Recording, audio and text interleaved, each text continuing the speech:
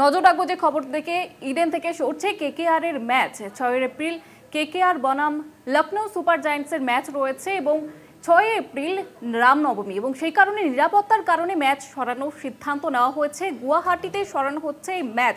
এ বিষয়ে বিস্তারিতভাবে কথা বলবো। টেলিফোন লাইনে রয়েছেন আমাদের প্রতিনিধি জয়জ্যোতি ঘোষ। জয়জ্যোতি, ঠিক কি জানানো হয়েছে সিএবির তরফ থেকে?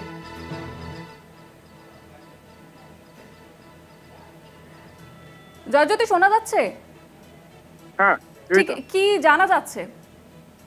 দেখো, এই ম্যাচ নিয়ে আগে থেকে জল্পনা ছিল। 6 এপ্রিল কলকাতা বনাম লখনৌ ম্যাচ এবং সেদিনই রামনবমী। তাই কলকাতা পুলিশের তরফ থেকে একটা বলা হয়েছিল সিএবিকে যে যাতে সেই ম্যাচটা রিশিডিউল করা যায়, কারণ যে পরিমাণ পুলিশ প্রয়োজন একটা আইপিএল ম্যাচ অর্গানাইজ করার জন্য সেটা কিন্তু তারা দিতে পারবে না। সেটা আগেই জানানো হয়েছিল সিএবিকে এবং সিএবির তরফ থেকে বিসিসিআই কে জানানো হয়। তবে রিশিডিউল করা সম্ভব হচ্ছে না এখনো পর্যন্ত। যেটা খবর যে এই ম্যাচ সরতে চলেছে ইডেন গার্ডেন্স থেকে এবং বিকল্প ভেন্যু হিসেবে যে নামটা উঠে আসছে সেটা হচ্ছে গুয়াহাটিতে সেই দিন অর্থাৎ 3:30 থেকে এই ম্যাচ ছিল কলকাতা নাইট রাইডার্স বনাম লখনৌ সুপার জায়ান্টস।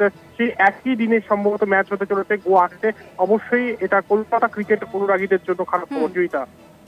ধন্যবাদ জানাবো জয়জ্যোতি। আমাদের সঙ্গে ছিলেন আমাদের প্রতিনিধি জয়জ্যোতি ঘোষ।